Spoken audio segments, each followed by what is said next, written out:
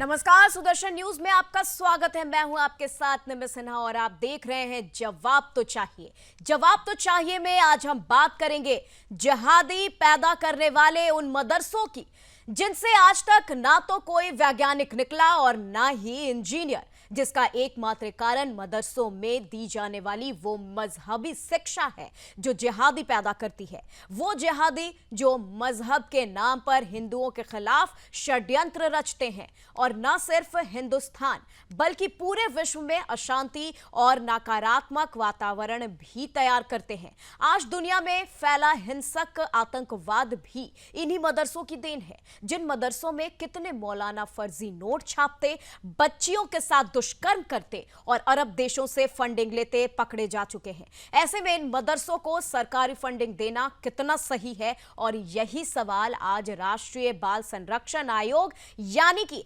NCPCR भी कर रहा है, जिसके चेयरमैन प्रियांक कानूनगो ने मदरसों को राज्य सरकारों द्वारा मिलने वाले फंड को बंद करने की सिफारिश की है।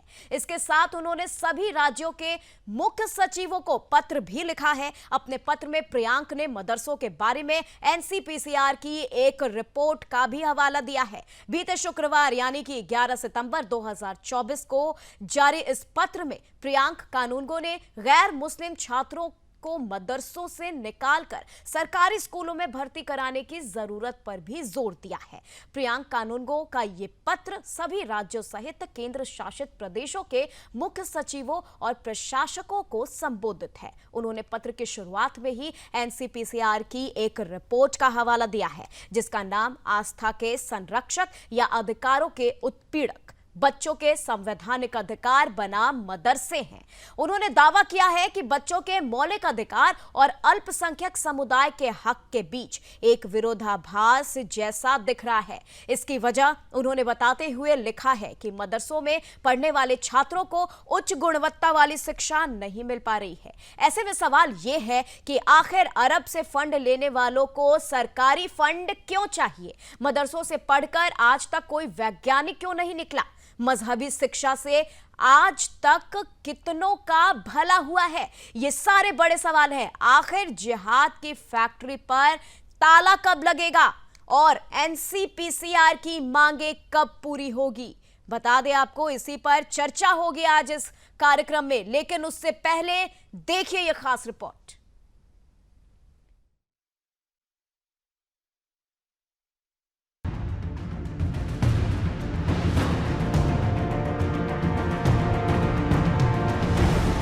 शिक्षा के नाम पर बच्चों के दिमाग में मजहब का कूड़ा भरने वाले और सरकार द्वारा मिलने वाली फंडिंग से मजहबी एजेंडा चलाने वाले मदरसों को अब एनसीपीसीआर की एक रिपोर्ट बेनकाब कर चुकी है, जिसमें दावा किया गया है कि मदरसों में पढ़ने वाले छात्रों को उच्च गुणवत्ता वाली शिक्षा नहीं मिल पा रही है। अनजाने में मदरसों में पढ़ने वाले छात्रों के साथ भेदभाव हो रहा है। मदरसों में बच्चों को किताबें, ड्रेस और मिड डे मील नहीं मिलता। मदरसों के कारण 1 करोड़ 2 लाख मुस्लिम अशिक्षित हैं। मदरसे से पढ़ने वाले बच्चे से 10वीं 12वीं की योग्यता वाली नौकरियों के लायक हैं।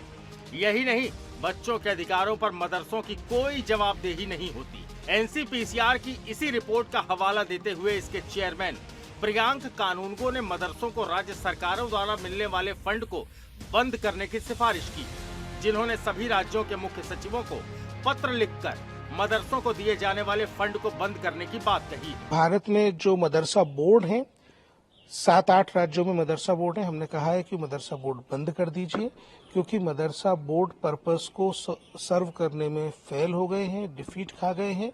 मदरसा बोर्ड में जो रिकॉग्नाइज्ड मदरसे हैं, जो रजिस्टर्ड मदरसे हैं, उनमें हिंदू बच्चे और दूसरे गैर मुस्लिम बच्चे पढ़ रहे हैं।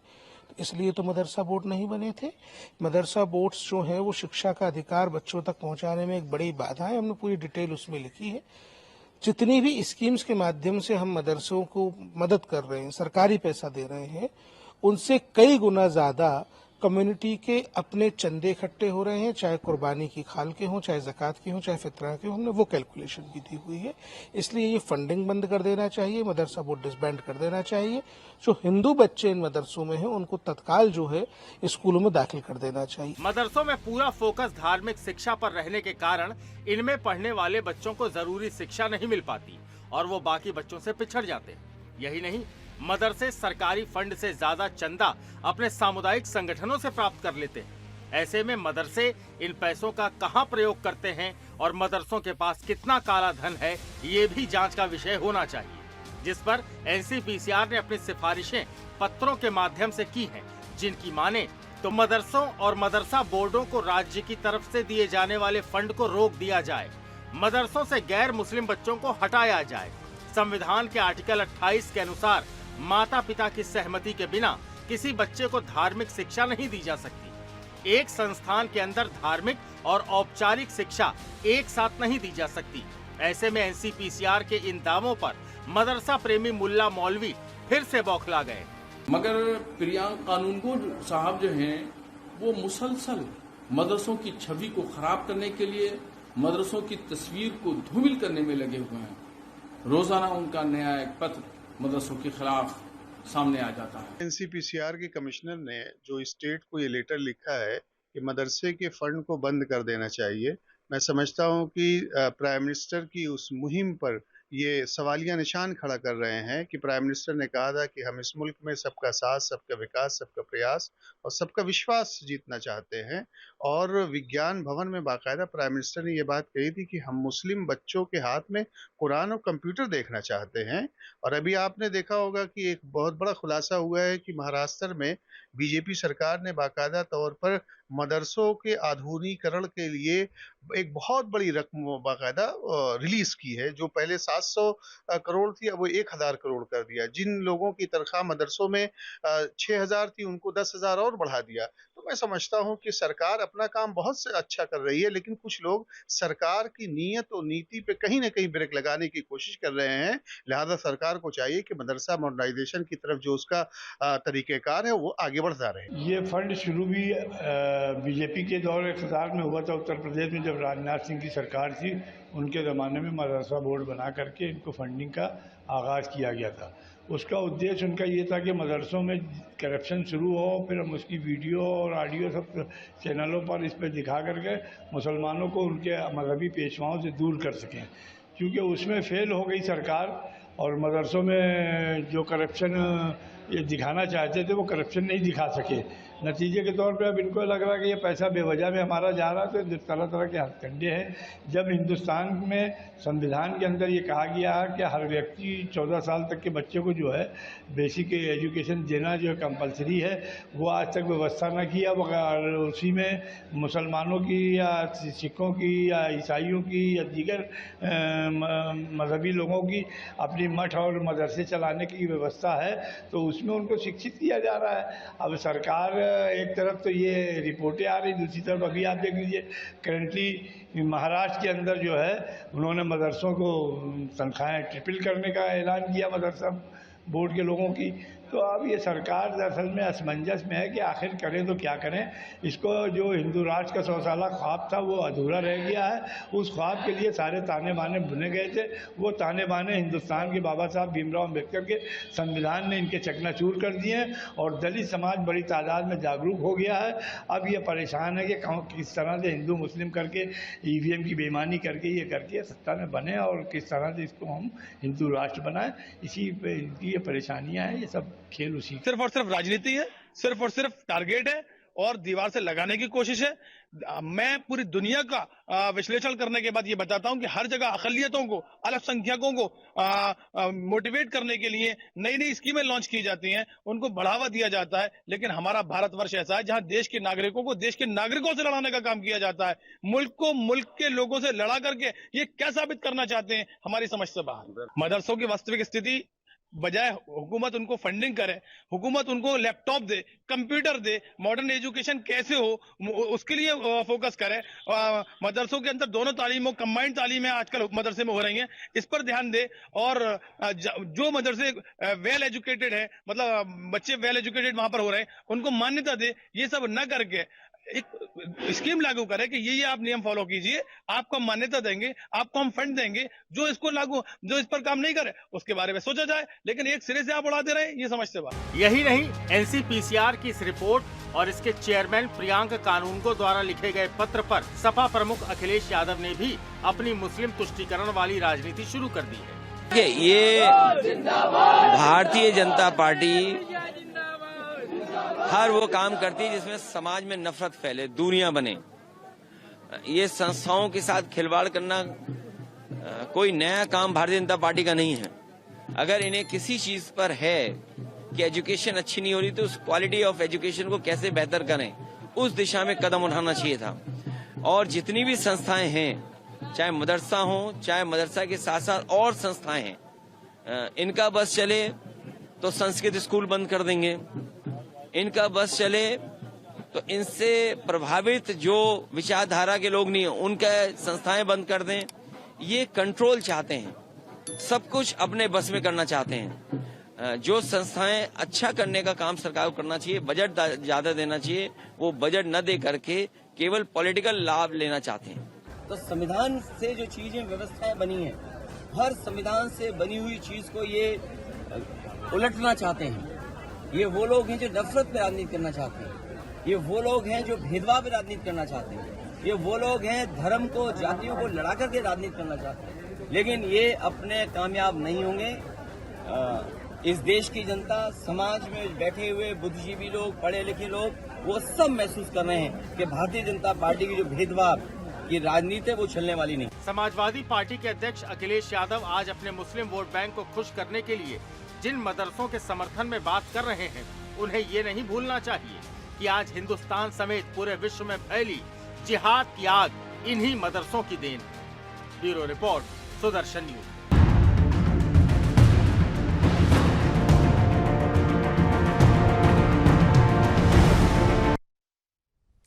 तो देखा आपने किस तरीके से इस मामले पर अब सियासी रंग भी चढ़ने लगा है। जी हाँ, इसी के साथ अब बिना वक्त गवाए आपको बता दें, इस चर्चा में हमारे साथ एक नहीं, दो नहीं, बल्कि 6 खास अतिथि मौजूद हैं जिनसे हम आपका सरोकार कराएंगे, बातचीत कराएंगे, चर्चा को आगे बढ़ाएंगे। और सबसे पहले मैं स्वागत करती हूँ अमितोष पारिक जी, वीएचपी प्रवक्ता है जो, आपका बहुत बहुत स्वागत है। आचार्य विक्रमादित्य जो हिंदू धर्म गुरु है, आपका भी बहुत बहुत स्वागत है। इसी के साथ परिचय करा रही हूं हाजी नाजीम खान का जो मुस्लिम स्कॉलर है, आपका बहुत बहुत स्वागत। मुफ्ती शमून काशमी यूके मदरसा बोर्ड के चेयरमैन हैं, आपका भी बहुत बहुत स्वागत। राकेश प्रजापति समाजवादी पार्टी के नेता, आपका भी बहुत बहुत स्वागत। और रत्नाकर सिंह जो कि बीजेपी प्रवक्ता हैं, आपका भी बहुत बहुत स्वागत। तो हमारे साथ 6 खास अतिथि मौजूद है। चलिए इस चर्चा को आगे बढ़ाते हैं। सबसे पहले यहाँ पर रुख करते हैं काशमी जी, आपकी तरफ रुख करना चाहेंगे क्योंकि मामला भी आप ही से विवादास्पद हो रहा है, क्योंकि यहाँ पर मदरसे की बात हो रही है। मदरसे पे कई सारे सवाल अब खड़े हो गए हैं। मदरसे की फंडिंग को लेकर के अब मुख्य तौर पर सवाल खड़े हो रहे हैं कि राज्य सरकार की ओर से जो फंडिंग आपको की जा रही है, मदरसे को की जा रही है, उस पर रोक लगनी चाहिए, ऐसा एनसीपीसीआर का कहना है। लेकिन ये भी बताइए कि मदरसे को तो कई मायने में कई चैरिटी हैं और अरब से भी फंडिंग आती है, तो फिर राज्य सरकार की फंडिंग की क्या आवश्यकता है? तो देखिए, मैं आपको स्पष्ट करना चाहता हूं कि मदरसा बोर्ड जो अलग अलग रियासतों में चल रहे हैं, मैं उत्तराखंड की बात कर रहा हूं, हमारे माननीय मुख्यमंत्री श्री पुष्कर सिंह धामी जी के नेतृत्व में हमने मदरसा बोर्ड के अंदर एनसीईआरटी के सिलेबस को लागू किया और इस 2024 में उन बच्चों ने 96% हमारे बच्चे पास हुए।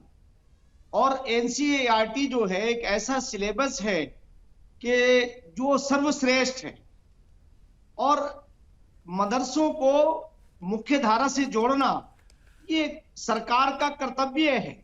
तो हम उत्तराखंड राज्य के अंदर माननीय मुख्यमंत्री श्री पुष्कर सिंह धामी जी के दिशा निर्देश में, उनके मार्गदर्शन में हम उन बच्चों को मुख्य धारा से जोड़ रहे हैं जिन्हें 60 साल के अंदर कांग्रेस ने अपने कार्यकाल के अंदर मुख्य धारा से काटा था। मैं ये बात कहना चाहूंगा इस मौके के ऊपर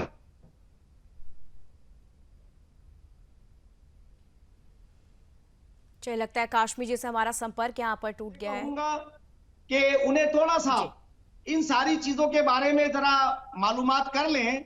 माननीय प्रधानमंत्री श्री नरेंद्र मोदी जी, अगर उन्होंने इस विजन को आगे बढ़ाया है कि सबका साथ, सबका विकास, सबका विश्वास, सबका प्रयास, और बड़ी ईमानदारी के साथ बढ़ाया है। 60 साल में कांग्रेस ने जो कृत्य किए हैं इन्हें मुख्य धारा से काटा है, मेन स्ट्रीम से काटा है। आज ये सरकार अपने अपने कार्यों के लिए जानी जाती है पूरे विश्व के अंदर। तो मैं ये कहना चाहता हूं कि भारतीय जनता पार्टी के नेतृत्व वाली सरकार मुसलमानों के कल्याण के लिए, सारे वर्गों के कल्याण के लिए काम कर रही है। और मदरसों में जब ये बच्चे एनसीईआरटी पढ़ेंगे तो मैं आपसे कहना चाहता हूं, आपके माध्यम से, मैं उत्तराखंड राज्य के उन मदरसों पे काम कर रहा हूं कि जहां वो बच्चे यहां से जब निकलेंगे तो मैं चैलेंज के साथ ये बात कहता हूं और मुझे विश्वास है कि वो बच्चे शूल नहीं फूल बांटेंगे, एक राष्ट्रीय एकता और अखंडता को मजबूत करेंगे और राष्ट्रवादी विचारधारा जो भारतीय जनता पार्टी का एक चलिए, आप लेकिन उत्तराखंड की बात कर रहे हैं, लेकिन उसके ऊपर हमारा बोर्ड काम कर रहा है। मैं ये चाहता हूं कि अन्य बोर्ड भी हमारा अनुसरण करें। जिस तरह से हमने हमारे बच्चे एनसीईआरटी पढ़ रहे हैं, मैं दावे के साथ ये बात कह सकता हूं कि उन्हें अब तक सिर्फ धार्मिक एजुकेशन पढ़ते थे। काश्मीर जी एनसीईआरटी पढ़ तो रहे हैं, लेकिन कोई बच्चे आज तक इंजीनियर और वैज्ञानिक तो नहीं निकल पाए। मुख्यमंत्री श्री पुष्कर सिंह धामी जी के नेतृत्व और दिशा निर्देश में हम ये इस कार्य को आगे बढ़ा रहे हैं। ठीक है, हाजी नाजिम जी आपकी तरफ रुख कर रहे हैं। सवाल ये उठ रहा है कि एनसीईआरटी फॉलो तो हो रहा है, लेकिन कोई भी बच्चे इंजीनियर, स्कॉलर, वैज्ञानिक क्यों नहीं निकल कर आ रहे हैं? किस तरह की पढ़ाई है? लेकिन आरोप कई सारे आ रहे हैं मदरसों पर, नकली नोट छापने की, आतंकवाद को बढ़ावा देने की, कई सारे आरोप है मदरसे पर। हाँ निम्मी जी, देखिए जिस तरीके से भी मदरसों को लेकर जिस तरीके से चर्चा चल रही है, सबसे पहले मैं कहना चाहता हूँ, मेरी आवाज आ रही है आपको? बिल्कुल बिल्कुल साफ। हाँ निम्मी जी देखिए, सबसे पहले मैं ये कहना चाहता हूँ, जिस तरीके से हर समय मदरसों को टारगेट किया जाता है, ये बिल्कुल गलत है। देखिए मदरसों से ही आपको बताता हूँ, आलिम आफ्ताब निकलते हैं निम्मी जी, हाफिज कुरान निकलते हैं। और अभी आपने एक बात कही कि बताइए मदरसों से कोई भी पढ़ा लिखा नहीं निकलता, कोई इंजीनियर डॉक्टर नहीं निकलता। मैं आपकी नॉलेज में बता दूं कि नीट का एग्जाम मदरसे के बच्चों ने क्लियर किया था। आप लिस्ट उठा के देख लेना, वहां पे 18 बच्चे के समथिंग थे जिन्होंने नीट का एग्जाम क्लियर किया था। तो निम्मी जी मैं बता देता हूँ कि देखिए, हाँ मुसलमान बच्चे जो हैं देखिए तालीम इदारे को हासिल कर रहे हैं और धीरे धीरे देश को प्रगति में ले जाने के लिए अपना अहम भूमिका निभा रहे हैं। और मैं बार बार निम्मी जी यही कहना चाहता हूँ कि देखिए हमारी दीनी तालीम स्ट्रॉन्ग है, हम दुनिया की भी तालीम को लेकर साथ में चल रहे हैं। और जब दीनी तालीम दुनिया की तालीम दोनों एक साथ मिलकर चलती है, तो मैं ये कहता हूँ कि इस मुल्क को आगे ले जाने से कोई नहीं रोक सकता। निम्मी जी हम ये कहते हैं कि इस मुल्क को आगे बढ़ाने के लिए मुस्लिम समाज का बहुत बड़ा एक योगदान आने वाले भविष्य में होने जा रहा है और अब भी चल रहा है योगदान। और निम्मी जी एक चीज बड़ी इंपॉर्टेंट है, क्या हम मुस्लिम हैं इसलिए हम लोगों के ऊपर सारी लाइबिलिटी बनती है? हम लोगों के मदरसों की जांच होती है, हमारे ही मदरसों के बारे में पूछा जाता है कि फंडिंग कहां से आती है, और हमारे ही मदरसों के बारे में ये कहा जाता है कि वहां से देखिए आतंकी बनकर निकल रहे हैं, वहां पर इस तरीके की बातें करी जाती है। तो मैं क्योंकि मामले भी इस तरह से ही सामने आ रहे हैं जी, मामले भी इस तरीके के ही सामने आ रहे हैं, चाहे नकली नोट छापने का मामला हो। कुछ ही दिन पहले अगस्त और सितंबर महीने की बात कर लें तो प्रयागराज से ये मामला आया था, जहां पर नकली नोट छापे जा रहे थे मदरसे में। तो ये भी तो कहीं ना कहीं मदरसे से ही ये बच्चे हैं जिन्हें कि नकली नोट इस तरह के अपराध में उसे संलिप्त किया जा रहा है। कहीं ना कहीं कट्टरपंथी वाली धार्मिक सोच उनके अंदर डाली जा रही है। बच्चियों से दुष्कर्म के मामले भी सामने आए हैं यहाँ तक, तो ये भी तो मदरसे से ही सामने आ रहे हैं। निम्मी जी देखिए, आपने देखिए कितने सारे इल्जाम हमारे मदरसे के ऊपर लगाते। देखिए मुझे बड़ी इल्जाम नहीं लगाया, ये हकीकत है, ये खबर है, ये सच्चाई है जो कि पूरा समाज देख रहा है, जान रहा है ये जी। हाँ निम्मी जी देखिए, अब हाँ आपके सवाल का जवाब दे दूं। अभी देखिए मुफ्ती समून काश्मीर साहब ने मदरसे के बारे में कितनी अच्छी बातें बताई थी, लेकिन आपने उनकी बात को झूठ माना। और जबकि उन्होंने देखिए उत्तराखंड बीजेपी की सरकार का भी हवाला दिया, जब भी आपने उनकी बातों को झूठ करार दे दिया। इसका मतलब यह है काश्मीर साहब ने सरासर झूठ करार नहीं दिया। बात तो यहाँ पे मुद्दे की है ना, बात यहाँ पर मुद्दे की है और जवाब भी चाहिए। चलिए अमितोष पारिक जी, आपकी ओर रुख करते हैं। सुन लीजिए, बात तो पूरी सुन लीजिए, बात पूरी सुन लीजिए। ठीक है, बताइए हाजी जी। हाँ, मैं ये कहता हूँ कि देखिए, हमारे मदरसों को हमेशा टारगेट किया जाता है। मैं तो ये कहता हूँ, मुल्क के वजीर आजम ने ये कहा था कि एक हाथ में कुरान, एक हाथ में लैपटॉप। अब मैं तो ये कहना चाहता हूँ, हमारे हाथों में कुरान तो है मगर लैपटॉप कहीं नजर नहीं आ रहा। और जब हम लैपटॉप हासिल करने की बात करते हैं तो हम लोगों पर इल्जाम ये लगाया जाता है कि मदरसे के अंदर नकली नोट छापे जाते हैं। अरे भाई, इसकी ट्रेनिंग कौन दे रहा है? नकली नोटों के कहां से आ रहे? ये जांच का विषय है। मदरसों के अंदर हाफिज कुरान निकलते, तालीम आफ्ताब निकलते और मौलाना मुफ्ती सब निकलते, जो दुनिया के अंदर एक अच्छा मैसेज देते हैं, शांति वाला।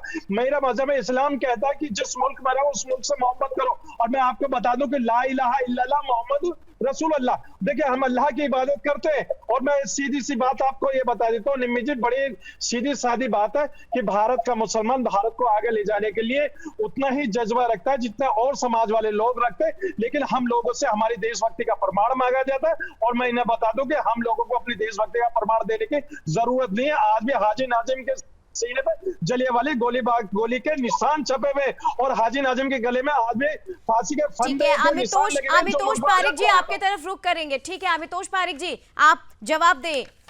जिस तरीके से ये बात कर रहे हैं, जो सवाल उठा रहे हैं, जवाब दें।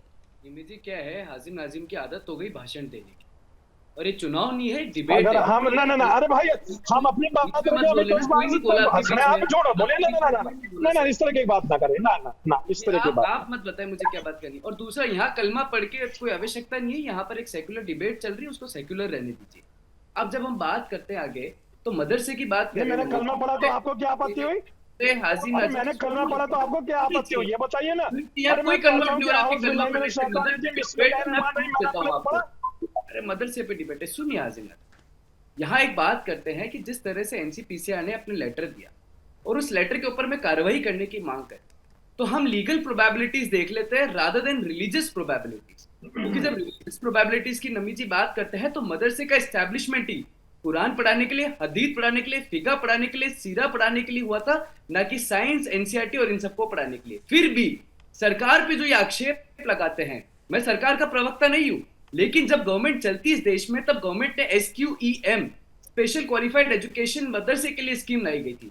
उसमें एनसीईआरटी का भी प्रावधान डाला गया था और उसमें अपलिफ्टमेंट की भी बात करी गई थी। विभिन्न सरकारों ने मदरसे को स्टेट गवर्नमेंट से एजुकेशन लेवल पे, गवर्नमेंट जनरल लेवल पे नहीं, बल्कि मदरसे को माइनॉरिटी अफेयर्स में आने वाले इंस्टीट्यूशंस को स्कीम्स के द्वारा कई सारे फंड दिए। आप असम का केस देख लीजिए, सेंट्रल गवर्नमेंट फंड होता है। उत्तर प्रदेश देख लीजिए, छत्तीसगढ़ देख लीजिए, बिहार देख लीजिए, मध्य प्रदेश देख लीजिए, निरंतर तरीके से राज्यों में 18 राज्यों में बोर्ड बना के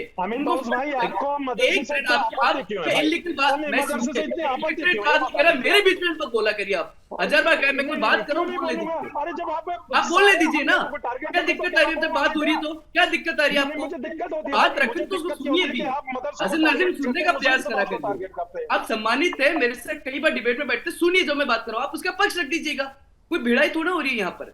अब जब बात आती है निमी जी, तो देखिए मदरसे से भी आने वाले लगातार 18 राज्यों में मदरसों का अपलिफ्टमेंट बढ़ा और मदरसों की रेट भी बढ़ गई, मदरसे के इंक्रीमेंट भी हुए। लेकिन उसके बावजूद भी Muslim literacy rate average all other literacy rate से इस देश में कम है और नेशनल एवरेज से भी 11% कम है। तो फिर फंड कहां जा रहा है और किस लिए दिया जा रहा है? दूसरी बात, मदरसों के अंदर में राइट टू एजुकेशन एक्ट नहीं लगता। क्यों नहीं लगता भाई? राइट टू एजुकेशन एक्ट में सेक्शन 21 जो स्कूल मैनेजमेंट कमेटी की बात करती है, वो मदरसे में है ही नहीं। और जब स्कूल मैनेजमेंट कमेटी नहीं, तो वहां पे इस तरह के केसेस करे जाते हैं। मैं आपको केसेस के एग्जांपल देता हूं। पुणे में 36 बच्चियों को बाहर रेस्क्यू करा गया, मौलाना रहीम अरेस्टेड करे गए। हैदराबाद में सेक्सुअली अब्यूजिंग माइनर बॉयज, 10 से 12 साल की उम्र थी उनकी। लखनऊ में 52 गर्ल्स रेस्क्यूड, मौलवी समरुद्दीन सलेन अक्यूज करा गया। टर्की के अंदर में है ही नहीं मदरसे और वहां पर उसको बैन कर दिया गया। तो ये देखा जा रहा है कि जिस तरह से फंड को गलत तरीके से मदरसे में यूज करा जा रहा है, राइट टू एजुकेशन से इसको बाहर कर दिया गया। कॉन्स्टिट्यूशन का भी जिस तरह से प्रोविजन इसमें एप्लीकेबल नहीं है, स्कूल मैनेजमेंट कमेटी नहीं है, तो मुझे लगता है मैनेजमेंट नहीं है तो मदरसे को अपलिफ्टमेंट नहीं, बल्कि जिस तरह से गवर्नमेंट का इलीगल यूज हो रहा है। भाई मदरसे में जाकर देखिए, एक बार आप मदरसे में जाकर देखिए, जितना बड़ा ज्ञान आप लोगों ने दिया है ना, मैं कह रहा हूँ मदरसे में जाइए। मैं यहाँ पर मजहबी बातें नहीं कर रहा, मैं वो बात तो रिक्वायर्ड है। सेक्युलर डिबेट करते हैं ना, सेक्युलर डिबेट करते हैं, रिलीजियस डिबेट पे कहाँ उतर जाए? मैं तो कह रहा हूँ कि आपको मदरसे में जाइए भाई, छानबीन करनी भाई, मैं जनरल एजुकेशन से पढ़ा हूँ, आपके मदरसे में जो जा रहे हैं उनका क्या हाल हो रहा है दिख रहा है। लेकिन अरे सुन लीजिए, जब तक आप जाएंगे नहीं तो आपको पता क्या चलेगा। लेकिन आप अरे जो जा रहे हैं उनका क्या हाल हो रहा है। अच्छा, एक और बहुत इंपॉर्टेंट पॉइंट मैं रेज कर देता हूँ। मदरसे सिर्फ और सिर्फ रिलीजियस इंस्टीट्यूशन है, फिर उसमें नॉन हिंदू क्यों, नॉन मुस्लिम क्यों पढ़ाए जा रहे हैं? और आपने कहां से परमिशन ले ली? आर्टिकल 28, 25 और section 75 of juvenile justice act का वायलेशन करते हुए।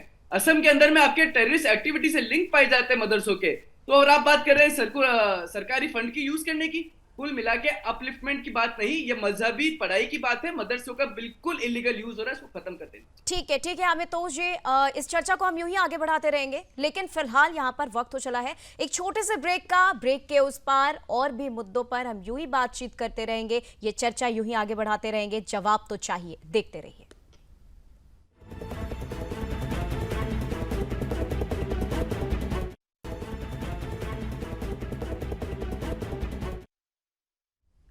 चलिए, ब्रेक के बाद आपका फिर से स्वागत है और यहाँ पर हम बात कर रहे हैं जिहाद की फैक्ट्री पर कब लगेगा ताला। जहाँ यहाँ पर हमारे साथ 6 खास मेहमान भी जुड़े हुए हैं और चर्चा को आगे बढ़ाएंगे। और यहाँ पर रुख करते हैं समाजवादी पार्टी के नेता राकेश प्रजापति जी, आपसे भी बात करते हैं, लेकिन उससे पहले इन मुद्दों पर बीजेपी से पहले जवाब लेते हैं। रत्नाकर जी, आपकी तरफ रुख करते हैं और आपसे ये जानना चाहेंगे कि अखिलेश यादव ने मदरसे के मुद्दे पर बयान दिया है। उन्होंने मदरसे के मुद्दे पर बयान देते हुए बीजेपी पर आरोप लगाया है। उन्होंने कहा है कि बीजेपी वो सब कुछ करती है जिससे समाज में नफरत फैल सके। इतना ही नहीं, उन्होंने ये भी कहा है कि वो संविधान को उलटना चाहती है। ये आरोप लग रहे हैं बीजेपी पर। देखिए सिम्मे जी, संविधान को बदलना चाहते हैं, आरक्षण को खत्म करना चाहते हैं, इस तरह का उन्होंने एक मिथ्या आरोप लोकसभा चुनाव के समय भी लगाया था। और दुर्भाग्यवश उस समय कुछ लोग इनकी बातों में आ गए, लेकिन बाद में सच्चाई पता चली। और जबकि गृह मंत्री और प्रधानमंत्री जी ने बार बार ये चीज कहा कि संविधान कोई नहीं बदल सकता, आरक्षण को कभी नहीं खत्म किया जाएगा, तो ये फिर भी अपनी बातों को जो है लोगों के सामने बरगलाने की कोशिश करते हैं और उसको चुनावी फायदा लेने की कोशिश करते हैं।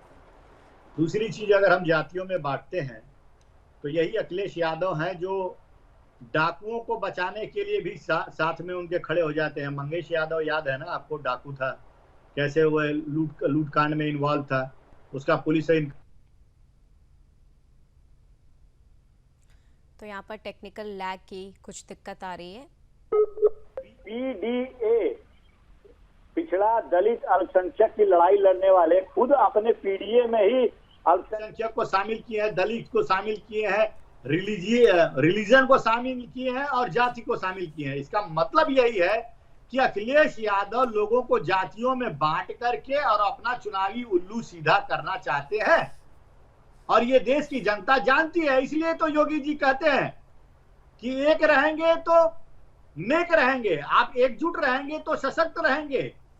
ये योगी जी कहते हैं, लेकिन ये चाहते हैं कि हमारे हिंदू भाई जो है वो जातियों में बटे और फिर इनको यादव का वोट मिले, फिर इनको अल्पसंख्यक का वोट मिले। तो इस तरह से ये राजनीतिक कार्ड अपना खेलने का काम करते हैं। ठीक है, अब ये मैं बताऊंगा सिमी जी, थोड़ा समय दीजिएगा मुझे भी।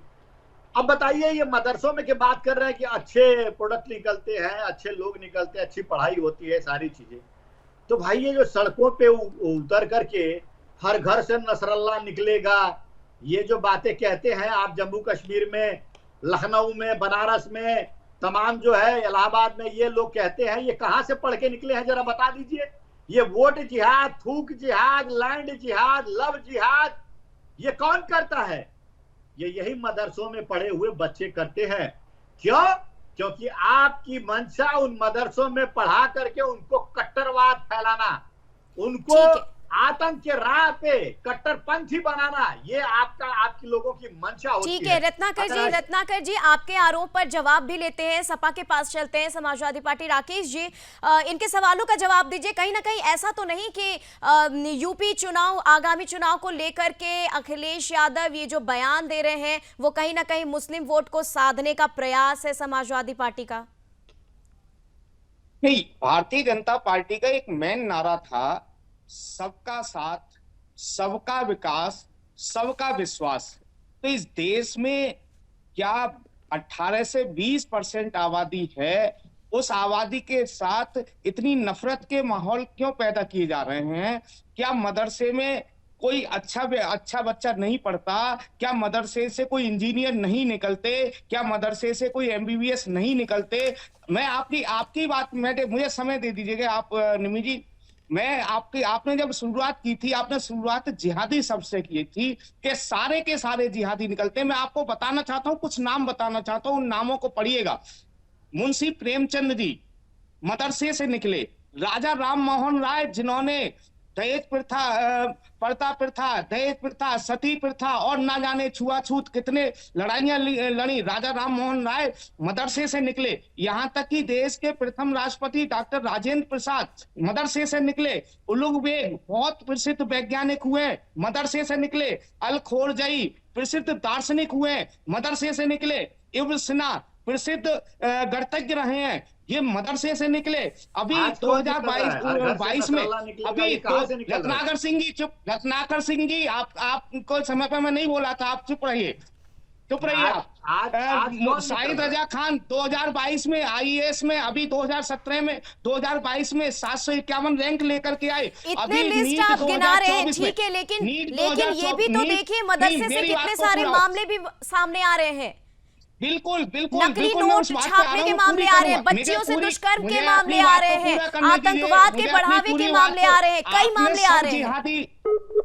निमि जी मेरी बात पूरी हो जाने दीजिए।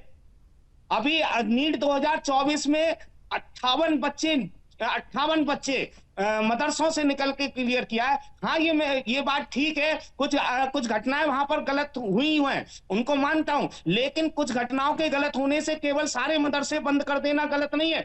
ऐसे तो मध्य प्रदेश के अंदर अभी एक बच्चे को उस टीचर के गिलास से सारे मदरसे पे एक्शन लेना भी तो जरूरी है। मध्य प्रदेश के सारे स्कूल बंद कर देने चाहिए। उत्तर प्रदेश के अंदर कई सामाजिक छुआछूत की घटनाएं हुई हैं, क्या उत्तर प्रदेश के सारे स्कूल बंद कर देने चाहिए?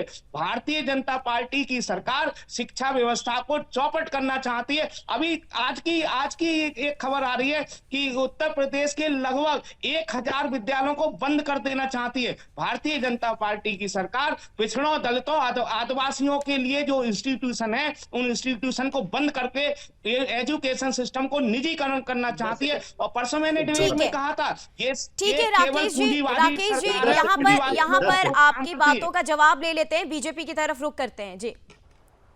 देखिए, हमारे ऊपर आरोप लगा रहे थे कि हम बात करते हैं सबका साथ सबका विकास का और काम नहीं करते। हाँ, एक वर्ग को हम निगलेक्ट कर देते हैं। मैं इनको उदाहरण के साथ बता देता हूँ, शायद इनकी जानकारी थोड़ी सी इस मामले में कम है। देखिए, भारतीय जनता पार्टी कोई आपको कितनी जानकारी है? आपको भाजपा गठित कब हुई थी यही नहीं पता है। कल आप बैठे हुए थे मेरे साथ डिबेट में। केंद्र की जो स्कीम्स है, जो राज्य की जो स्कीम्स है, वो हर वर्ग को उसका लाभ मिलता है, चाहे वह किसी भी धर्म का हो, किसी भी जाति का है, सबको मिलता है। अब मैं आपको बता दूं, रामपुर जिले में 2300 घर जो है वो आवंटित हुआ है PM आवास योजना के तहत गरीबों को, जो अल्पसंख्यक समुदाय को दिया गया 2300 आवास। और उस पूरे गांव में एक भी वोट भारतीय जनता पार्टी को नहीं मिला था। लेकिन हमने तो ये नहीं देखा कि अगर हमको वोट नहीं मिला तो हम उस PM जो आवास योजना है उसको बंद कर दें, सरकारी जो लाभ मिल रहा है इनको बंद कर दें। हमने तो कहीं नहीं किया और कहीं नहीं देखा। इसका ये गलत जो है, ये दुष्प्रचार करने का काम समाजवादी पार्टी यहाँ बैठकर कर रही है। और ये वही बात करते हैं, इन्होंने तो बाहुबलियों को अल्पसंख्यक समाज से अतीक अहमद को, मुख्तार अंसारी के यहाँ जाकर फातिया पढ़ने वाले ये लोग आज हमारे ऊपर प्रश्न उठा रहे हैं। हर एक परिवार के लिए थी, हर व्यक्ति के लिए थी। समाजवादी की कोई एक योजना आप बता दीजिए जो केवल किसी जाति धर्म मजहब की बात में थी। ठीक है, केवल नफरत। ठीक है अमितोष जी आपसे यहाँ पर जवाब चाहेंगे, आखिर कहीं ना कहीं बच्चों के मौलिक अधिकार का यहाँ पर हनन हो रहा है। RTE के तहत मदरसों में पढ़ाई नहीं हो रही है, ये सब बड़े सवाल है मदरसे पर। देखिए, मैंने शुरू में ही कहा था और मैं वापिस कहता हूँ, मदरसे की जो एजुकेशन की हम बात करें, अगर इतना ही मदरसे को जब स्टेट एजुकेशन या सेंट्रल गवर्नमेंट फंड से जब स्कीम से बेनिफिट मिलता है, तो क्यों मुस्लिम रेट की लिटरेसी रेट एक ST SC और OBC और ऑल अदर से और जनरल नेशनल एवरेज से भी कम होती है? ये बात सबसे समक्ष आ चुकी है। फिर हम देखते हैं मदरसे के अंदर एजुकेशन करिकुलम क्या है नवीन जी। मदरसे में education curriculum general education curriculum नहीं, जो कि एक प्राइमरी एलिमेंट्री सेकेंडरी एजुकेशन में पढ़ाया जा रहा है, वहां पढ़ाई जा रही बश्ती जेवार की किताबें। और इसी पे एनसीपीसीआई ने पिछली बार भी रिपोर्ट को जाहिर किया था। बश्ती जेवार की किताबों में पॉक्सो और रेप विद माइनर गर्ल, इसको भी लीगलाइज कैसे करा जा रहा है वो मदरसे के अंदर में पढ़ाया गया बश्ती जेवार की में। फिर हम आगे आते हैं। अब जब आगे आते हैं तो आप ये देखिए मदरसे के अंदर में वहाबिज्म पढ़ाया गया, और ये रिपोर्ट है इंडिया टुडे की। वहाबिज्म कौन पढ़ा रहा है? वहाबिज्म क्या है? It's a creed of general terrorism funded by Saudi. इस तरीके की जब रेडिकलाइजेशन मदरसे के अंदर में निकलती है, जब प्लूरलिज्म से एक्सपोजर नहीं होता है, जहां पर आपको पढ़ाया वो जा रहा है जो कि जनरल एलिमेंट्री एजुकेशन नहीं है, और अनरजिस्टर्ड मदरसे को बंद करा जा रहा है। यूडीएससी जो एक कोड ले लेते हैं ये, उससे भी एनसीईआरटी भी नहीं पढ़ा रहे और उस कोड से भी अनरजिस्टर्ड मदरसे चल रहे हैं। ठीक है, मुझे लगता है कि इसका नाजिम जी क्या जवाब देंगे इनका? हाँ, मैं सबसे पहले ये बताना चाहता हूँ अमितोष भाई, 2022 के अंदर 1200 मुस्लिम बच्चे जो मदरसे में पढ़ रहे थे, नेट का एग्जाम क्लियर किया था। जो आप जो चैनल पर बैठकर सिर्फ और सिर्फ झूठ बोलते हैं, ये बंद कर दीजिए। और सुन लीजिए, हाँ, अरे सारे आपने बहीस जेवर की बात करी है, आपने बहीस जेवर कभी पढ़ा है? बहीस जेवर के अंदर क्या लिखा हुआ आपने कभी जानकारी ली? लेकिन आप तो सिर्फ सुदर्शन न्यूज में आके सिर्फ और सिर्फ मुस्लिम समाज के खिलाफ इस तरीके से बात करते हैं, उस तरीके की बात आप लोग करते हैं। अरे मैं कहता हूँ कि सुन लीजिए, हम दीनी तालीम भी हासिल करेंगे, दुनिया की तालीम भी हासिल करेंगे, ये हमारा अपना संवैधानिक अधिकार है। और सुन लीजिए, मैं ये कहता हूँ कि मदरसे के अंदर से हाफिज कुरान निकलते हैं, मुफ्ती निकलते हैं, मौलाना निकलते हैं, जो दुनिया के अंदर अच्छा संदेश देते हैं, मानवता की रक्षा की बातें करते हैं, संपूर्ण मानवता के कल्याण की बात करते हैं। और मेरा मजहब इस्लाम ये कहता है कि जिस मुल्क में रहो उस मुल्क से बेइंतहा मोहब्बत करो। और सुन लीजिए, ये मेरा मजहब इस्लाम कहता है। पहला मदरसे कब बना था? इस्लाम मदरसे कब बना था? संविधान में मदरसे की है क्या? मुझे तो अच्छा हाजिम नाजिम जी बता दीजिए, भारत के संविधान की गुहार देने वाले ये बता दें कि संविधान में मदरसे का विवरण क्या है? हाँ, सुन लीजिए मदरसे आपका यही सवाल होगा। सुन लीजिए, अरे आप संविधान में बता दीजिए मदरसे क्या है। अरे हाँ, अरे सुन लीजिए, आर्टिकल 25 पढ़ा है आपने संविधान के अंदर? अरे आर्टिकल 25 का मदरसे से कोई लेना नहीं था। भगवान के लिए कानून को छोड़ दीजिए आप। आर्टिकल 25 से मदरसे का कोई रिलेशन नहीं है। अनएजुकेटेड बात का प्रोडक्ट है मदरसे की, इसलिए मदरसे विद्यालय से छुट्टी होते हैं तो उस दिन ये फर्जी बातें नहीं करेंगे। बस्ती जेवार की किताबें पढ़ के यही बात। सुन लीजिए, मैंने आपसे बड़े विनम्रता से एक बात पूछी, आप मेरे को गलत जवाब मत दीजिए। आप देश देख रहे हैं, सुदर्शन को भी बता दीजिए मदरसे कहाँ है संविधान में? मदरसे कहाँ है संविधान में? 25 में नहीं है, आप इसको वापस से विड्रॉ कर लीजिए, कहाँ पर है मुझे बता दीजिए। और सुन लीजिए, अरे सुन लीजिए, आप सुनना ही नहीं चाहते। दो सवाल के जवाब देते हैं, दो सवाल। अरे आर्टिकल 25 क्या कहता है? अरे आर्टिकल 25 में नहीं है नाजिम, इसके अलावा भारत के संविधान बहुत सारी चीजें देता है। मेरी इबादत article 25 right to practise propagate religion की बात करता है, मदरसे के झूठ बोलते हैं, बात नहीं करता। बोलिए भाई, इस तरीके का अरे आप कैसी बातें कर रहे हैं नाजिम जी? आप सम्मानित प्रवक्ता हैं, हर बार डिबेट में बैठते हैं, लेकिन आप सिर्फ चैनल पर आकर झूठ बोल रहे हैं। आप क्या बोल रहे हैं? कम से कम सोचिए तो सही कि आप किस सुन लीजिए। अरे आप तो मदरसे के बारे में पूछे, मैं पूछा कि गुरुकुल। अरे बस्ती जेवार की किताबें पढ़ोगे तो ऐसे ही होगा। अरे गुरुकुल आश्रम मठ वगैरह क्या? आप बस्ती जेवार की किताबें पढ़ोगे, सेक्सुअल एक्सप्लॉयटेशन को लीगलाइज करोगे तो गलत आर्टिकल कोट करोगे। ये सब क्या संविधान के अंदर है? गलत आर्टिकल कोट मत करिए, गलत आर्टिकल। आपने मदरसे की बात करी, आर्टिकल 25 आपको बता दिया। अरे मैं आपने मदरसे की बात करी, मैंने गलत आर्टिकल कोट मत करिए, गलत आर्टिकल सुन लीजिए, मैंने तो आपसे गलत आर्टिकल। आप सही आर्टिकल बोल दीजिए, डिबेट आगे कंटिन्यू हो जाएगी। सही आर्टिकल बोल दीजिए, मैं आपको फिर मौका दे रहा हूं। अब मेरे सम्मानित थे, मेरे डिबेट में जुड़ते, सही आर्टिकल। आश्रम, अरे आश्रम बस्ती जेवार की किताबें पढ़ोगे तो ऐसे ही होगा। अरे ये बता दीजिए संविधान के अंदर ठीक है, ठीक है अमितोष जी, ठीक है नाजिम जी, ठीक है। यहाँ पर क्योंकि हमारे पास समय का अभाव है, हमारे सारे अतिथि को हमारे कार्यक्रम में हिस्सा लेने के लिए बहुत बहुत शुक्रिया। और इसी के साथ ये चर्चा, ये मुद्दा यूं ही उठता रहेगा सुदर्शन न्यूज पर। जवाब तो चाहिए, जहां बता दें आपको कई सारे सवालों के घेरे में इस वक्त मदरसा है, मदरसा की फंडिंग है, अरब से फंड लेने वालों की सरकार सरकारी फंडिंग की क्या जरूरत है? मदरसों में पढ़कर आज तक कोई वैज्ञानिक क्यों नहीं निकला? मजहबी शिक्षा से आज तक कितनों का भला हुआ है? आखिर जिहाद की फैक्ट्री कब तक चलती रहेगी? कब इस पर ताला लगेगा? और एनसीपीसीआर की मांगे कब पूरी होगी? ये तमाम सवाल है, ये तमाम सवाल हम वक्त पर छोड़ेंगे और फिर से इस मुद्दे को लेकर के आएंगे। फिलहाल के लिए जवाब तो चाहिए में बस इतना ही। देश दुनिया की तमाम खबरों के लिए देखते रहें सुदर्शन न्यूज। जय हिंद।